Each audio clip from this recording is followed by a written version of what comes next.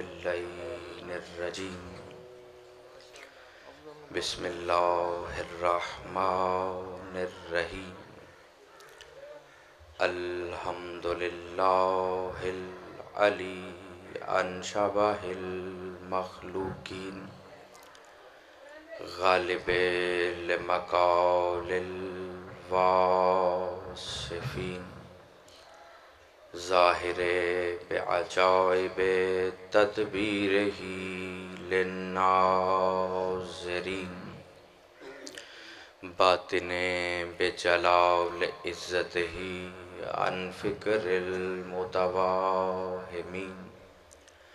الصلاۃ والسلام علی ارسلہ بالضیاء واختارہ من شجرۃ الانبیاء ومشکاۃ الضیاء امین وحیہ وختم نبوتہ مولانا وحول الثقلین جد الحسن والحسین ابی القاسم محمد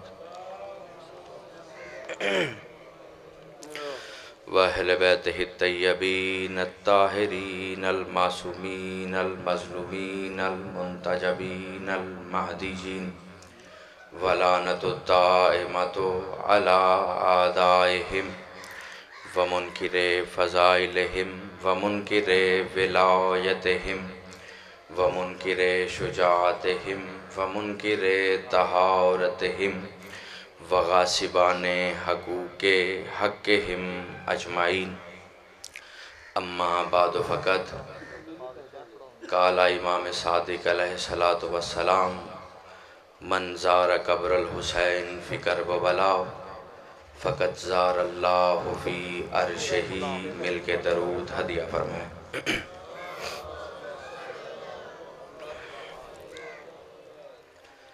سب سے پہلے خطیبہ شام سفیر شہادت مظلوم امام بنت زہرا ثانی زہرا جناب سیدہ زینب عالیہ صلوات اللہ علیہا کی خدمت عالی جناب میں اذن سخن کی درخواست پیش کرتا ہوں اور گزارش کرتا ہوں کہ حمد ہے اس اللہ کی۔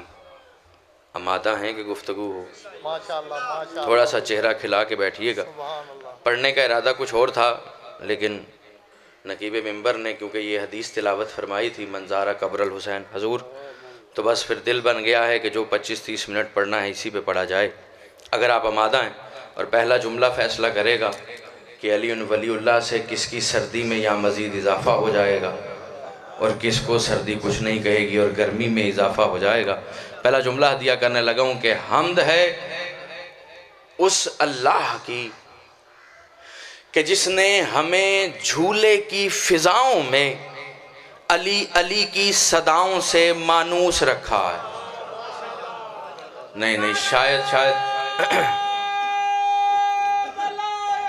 علی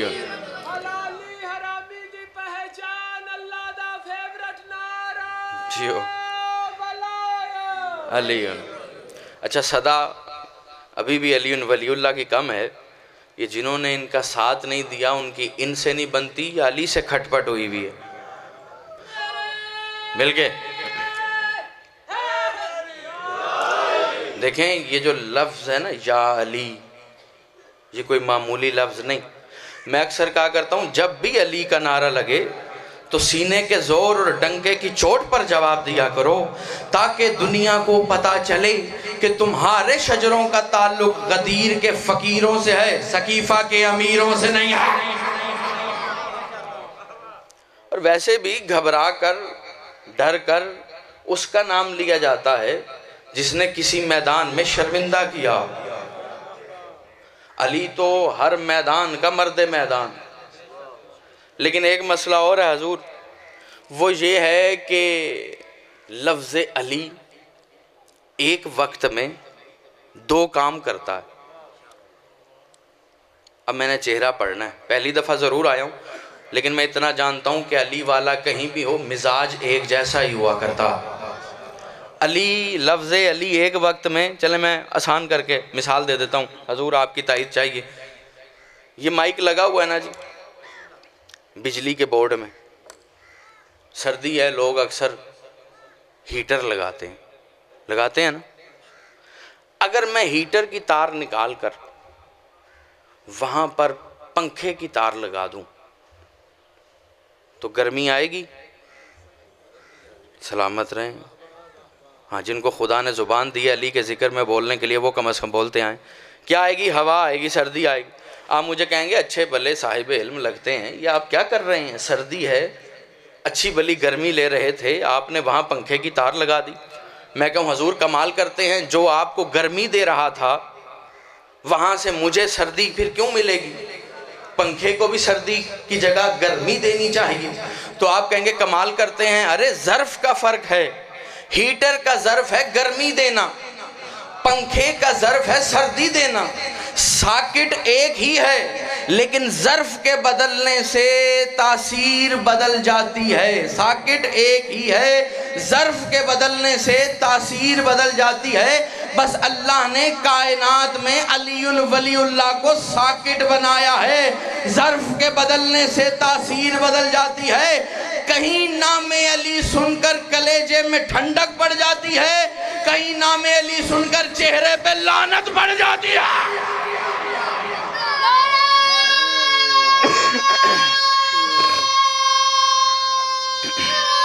دیو یا سلامت رہیں. حضور کتاب کا نام کامل الزیارات، قبلہ نے حدیث پڑھی تھی، بس اسی پہ گفتگو تمام کر رہا ہوں، ورنہ سوچا کچھ اور ہوا تھا. صاحب کتاب لکھتے ہیں کہ وہ امام جو صادقین میں صادق مشہور ہے، اس نے فرمایا من زار قبر الحسین فی کرب و بلا فقط زار اللہ فی عرشہ. جس نے کربلا میں قبر حسین کو دیکھا، اللہ کرے پہلے جملے پہ آپ مجھے تنہا نہ چھوڑیں، وہ ایسے ہی ہے جیسے اس نے عرش پہ اللہ کو دیکھا. بات آسان کروں، اس کا مطلب کربلا کم از کم عرش کے برابر تلتی ہے. ہائے ہائے ہائے ہائے ہائے ہائے، کربلا کم از کم، چلیں یہ تو میں اور آپ کہہ رہے ہیں، ورنہ اسی کتاب میں میرا چھٹا مولا فرماتا ہے جیسے زمین والے عرش پہ چاند دیکھتے ہیں ایسے عرش والے زمین پہ کربلا دیکھتے ہیں. آپ جی ہیں جی ہو بیٹا، یا علی سلامت رہو. ایسے ہی عرش والے زمین پہ. اب میرا مولا فرما رہا ہے جس نے کربلا میں قبر حسین کو دیکھا اس نے عرش پہ اللہ کو دیکھا. اب جملہ تبدیل کروں، یقیناً جو اہل معرفت ہیں وہ سمجھ جائیں گے. حضور آپ سے بالخصوص دعا چاہیے، اس کو بند کر دیں، میرے بعد ہی آئے گا جو بھی آئے گا، بس توجہ میری طرف رکھیے گا. جس نے کربلا میں قبر حسین کو دیکھا، توجہ، اس نے عرش پہ کس کو دیکھا؟ جس نے، میں پھر کہہ رہا ہوں اور اب میں جملہ تبدیل کروں گا، جس نے کربلا میں قبر حسین دیکھی اس نے تو عرش پہ اللہ دیکھا. تو جس نے مجسم حسین دیکھا ہے، جو اس پہ بولا ہے اسے میرا سلام ہے. مشکل بات تھی، سلامت رہیں. جس نے یہ نہیں کہا جس نے حسین دیکھا اس نے اللہ دیکھا، نہیں، جس نے قبر حسین کو دیکھا، ہائے ہائے ہائے ہائے، اس نے عرش پہ. چلیں اور آسان کرتا ہوں، صادق امام یہ بھی کہہ سکتے تھے جس نے کربلا میں قبر حسین کو دیکھا اس نے اللہ کو دیکھا، کہہ سکتے تھے یا نہیں؟ لیکن مولا نے کیا فرمایا؟ من زار قبر الحسین فی کرب و بلا، جس نے کربلا میں قبر حسین کو دیکھا فقط زار اللہ فی عرشہ، اس نے عرش پہ اللہ کو دیکھا. عرش پہ اللہ کو دیکھا ہے، عرش پہ اللہ کو دیکھا ہے. اب میں دیکھتا ہوں آپ جملے کی کتنی قدر کرتے ہیں. عرش پہ اللہ کو دیکھنا شریعت میں معراج کہلاتا ہے. ہائے جاگنا جاگنا جاگنا، جو زیارت کی طلب رکھتا ہے، حضور عرش پہ اللہ کو دیکھنا اچھا جو خاموش ہیں یا جن کی چادر سے ہاتھ نہیں نکلے میں ان کے لیے آسان کرتا ہوں، مجھے یہ بتائیں مصطفیٰ معراج پہ کہاں گئے تھے؟ اچھا جو نہیں بولے انہیں شک ہے؟ پاک کہنا سب کو، آپ جیسی پنجابی میں نہیں بول سکتا، انتہائی معذرت، لیکن کوشش کر رہا ہوں آپ کے قریب آنے کی۔ حضور کہاں گئے تھے معراج پہ؟ عرش پہ۔ ہوئے ہوئے، اچھا یہ الگ بات ہے، ملنے گئے تھے اللہ سے، گفتگو ہو رہی تھی علی سے۔ ہائے ہائے ہائے، جب مصطفیٰ معراج کر کے واپس آئے، صحابہ کی محفل تھی، ستارے بیٹھے ہوئے تھے کہ ممبر ابیض پر مصطفیٰ بیٹھے ہوئے تھے کہ ایک صحابی نے کھڑے ہو کر پوچھا یا رسول اللہ یہ تو بتائیں، وہ تو جسم و جسمانیات سے مبرہ ہے، وہ تو دہن رکھتا نہیں، جسم رکھتا نہیں، جب آپ عرش پہ گئے تو اس نے کس کے لہجے میں کلام کیا؟ مصطفیٰ نے، آپ سب تک آواز آئے گی، مصطفیٰ نے کہا اللہ نے خطبنی بلہجہ علی ابن ابی طالب، مصطفیٰ نے عرش پر مجھ سے علی کے لہجے میں گفتگو کی، علی کے لہجے میں، توجہ، علی کے لہجے میں گفتگو کی۔ اس کا مطلب مصطفیٰ کی معراج علی کے بغیر نہیں ہوتی، مصطفیٰ کی معراج علی کے بغیر نہیں ہوتی۔ مر جانا چاہیے 2 رکعت کے ملا کو، ارے جب مصطفیٰ کی معراج علی کے بغیر نہیں ہوتی، تیری 2 رکعت کی معراج علی کے بغیر کیسے ہو جاتی ہے؟ آپ سلامت رہیں۔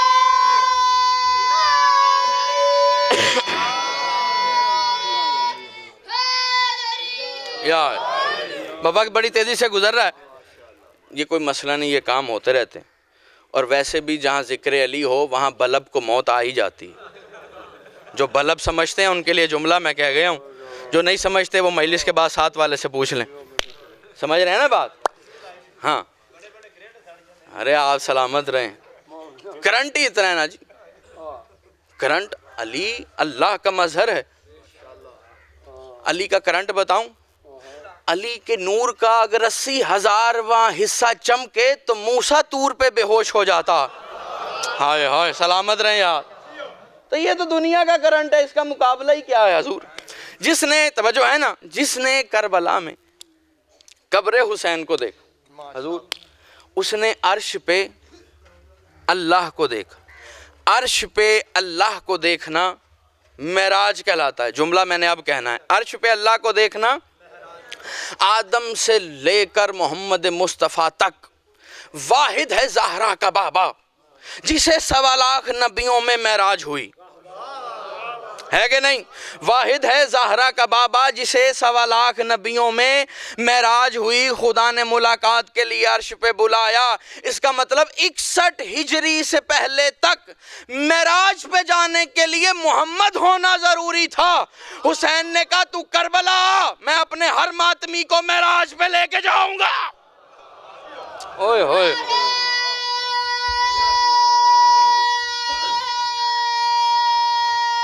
دیو یا تو کربلا 61 ہجری کے بعد حسین ابن علی نے، آواز آ رہی ہے نا سب تک، معراج کو اتنا سستا کر دیا،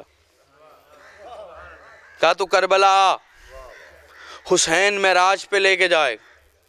اب جن کے دلوں میں بات ہے میں ان تک آنے لگا ہوں۔ حسین کریم ابن کریم ہے کہ نہیں؟ حسین جانتے تھے کچھ ایسے ہوں گے جو بائی ایئر آ جائیں گے، کچھ ایسے ہوں گے جو بائی روڈ مشکل سے پہنچیں گے، لیکن میرا چاہنے والا، ماننے والا کوئی ایسا بھی ہوگا جو نہ بائی ایئر آ سکے گا نہ بائی روڈ آ سکے گا۔ حسین نے کہا میں بھی زہرا کا لال ہوں، جاگنا، میں بھی کریم ابن کریم ہوں، میں معراج کو اتنا سستا کر دوں گا، اگر تو پیسہ رکھتا ہے، ذرائع رکھتا ہے تو کربلا آ کر معراج کر، اور اگر کربلا نہیں آ سکتا تو مسلح پہ آ، حسین خاک کربلا تیرے مسلح پہ بھیجے گا۔ ہائے ہائے، نہیں بات آسان کرتا ہوں، تو مسلح پہ آ حسین خاک کے کربلا، تیرے مسلح پہ بھیجے گا یہ جو مصطفیٰ نے کہا صلاۃ و معراج المومن، نماز مومن کی معراج ہے، تو ہر ایک کی معراج نہیں، اسی کی معراج ہے جس کے مسلح پہ خاک کربلا رکھی ہوئی ہے، جس کے مسلح پہ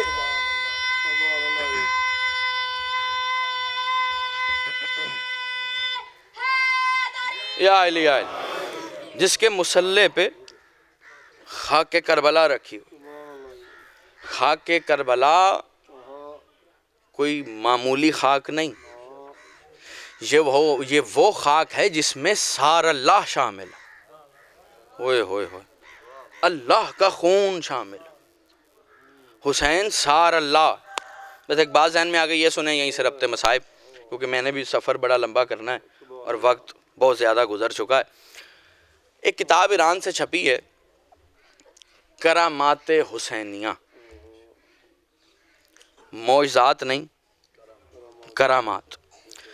اس میں لکھا ہے کہ بغداد میں ایک شخص مر گیا، اس نے مرنے سے پہلے اپنے بیٹوں کو وصیت کی کہ دیکھو مجھے غسل و کفن بغداد میں دینا، لیکن مجھے نجف میں دفنانا، پہلے علی کے روضے پہ لے کے جانا، طواف کروانا، اور پھر وادی سلام میں دفنا دینا۔ ادھر وہ مرا، اب صاحب کتاب کہتے ہیں ادھر حرم کا خادم نیند میں گیا کہ مولا نے اس کے خواب میں آ کے کہا دیکھ فلاں ابن فلاں بغداد میں مر گیا، اس نے اپنے بچوں کو یہ وصیت کی ہے، وہ فلاں دروازے سے جنازہ لے کے آئیں گے، خبردار اس کا جنازہ میرے حرم میں داخل نہ ہونے پائے۔ جاگنا، خدا را جاگنا۔ قبلہ بات کر رہے تھے نا دے کے کیا جاتے ہیں، اب میں دیکھنا چاہ رہا ہوں آپ لے کتنا سکتے ہیں۔ خبردار اس کا جنازہ، کیونکہ گوہر وہیں دیا جاتا ہے جہاں جوہری اچھے ہوں۔ ہائے ہائے، نہیں میں اب جن لوگوں نے ماشاءاللہ صاحب علم لوگ ہیں، شیخ سعدی حضور ایک نام ہے، اصل میں مسئلہ یہ ہے کہ ہمارے ہاں ایج دیکھ کر عمر کا اندازہ لگایا جاتا ہے، جبکہ علم کا عمر سے کوئی لینا دینا نہیں، اور ہم جس مذہب میں ہیں اس مذہب کا بھی عمر سے کوئی لینا دینا نہیں۔ شیخ سعدی نے ایک حکایت لکھی، انہوں نے کہا ایک چرواہے کو ایک لال مل گیا، لال سمجھتے ہیں نا جی، بڑا نایاب پتھر ہوتا، اب اس کی جانے بلا کہ یہ کیا ہے، اس نے وہ لال لیا گدھے کے گلے میں باندھ دی، وہ کہتے ہیں رول لے کے پھرتا رہا، ایک روز اسے پیسوں کی ضرورت ہوئی، اس نے کہا کہ پتہ نہیں یہ کیسا پتھر ہے، کسی جوہری کو دکھاتا ہوں، اسے بیچتا ہوں، ضرورت پوری ہو جائے گی۔ اب شیخ سعدی کہتے ہیں اس نے وہ لال لیا، ایک جوہری کے پاس گیا، جیسے ہی جوہری نے وہ لال دیکھا، جوہری جانتا تھا کہ یہ کیا ہے، جوہری کے ہاتھ پہ لال آیا، جوہری نے اس چرواہے کو دیکھا، چرواہے سے پوچھا کیوں بیچنا چاہتا ہے، انہوں نے کہا بس میری اتنی سی ضرورت ہے، تو اس کا جو بنتا ہے وہ دے دو، جو بنتا ہے وہ دے دو۔ جنہوں نے بی اے کیا ہے وہ کم از کم ضرور بولیں، کیونکہ بی اے میں یہ موجود ہے، میں نے کیا نہیں، میں بیسیکلی انجینئر ہوں، لیکن یہ روایت میں نے پڑھی ہوئی ہے۔ انہوں نے کہا کہ جو بنتا ہے وہ، اب جوہری نے سوچا جو بنتا ہے وہ دیا تو میری تو نسلیں فقیر ہو جائیں گی، سلامت رہیں یہ ہاتھ، میری تو نسلیں فقیر ہو جائیں گی۔ انہوں نے کہا نہیں تو لایا ہے، تو اس کی قیمت بتا۔ اب اس بیچارے کو پتہ ہی نہیں یہ کیا ہے، تو جتنی اس کے ذہن میں ضرورت تھی 5,000 10,000 15,000 20,000 50,000 اس نے اتنے مانگے، ادھر جوہری نے غلے سے نکال کے دیے۔ شیخ سعدی کہتے ہیں ادھر اس چرواہے کی بتائی ہوئی قیمت اس کے ہاتھ پہ آئی، وہ لال جوہری کے ہاتھ میں راکھ ہو گیا، جوہری کے ہاتھ میں راکھ ہو گیا۔ خدا نے اس راکھ کو گویائی دی اور اس نے جوہری کی طرف دیکھ کے کہا وہ تو نہیں جانتا تھا میں کیا ہوں، جیو تو جانتا تھا میں کیا ہوں۔ تو حضور آل محمد کے فضائل بھی لال ہیں، تھوڑے سے فضائل خدا ان تھوڑے سے لالوں کو جمع کرے تو قرآن بنا دیتا ہے۔ ہائے ہائے،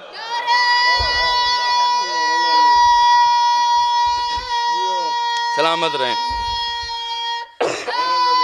یار، باپ سلامت رہیں۔ اور علی والا کبھی بھی کم ظرف ہو ہی نہیں سکتا، جس نے علی کو ماننا ہو وہ پستی میں جا ہی نہیں سکتا، بس یہ واقعہ سنیں اور یہیں سے ربط مصائب انشاءاللہ پھر زندگی رہی تو آپ کی سماعتوں میں حاضری کا شرف حاصل ہوگا۔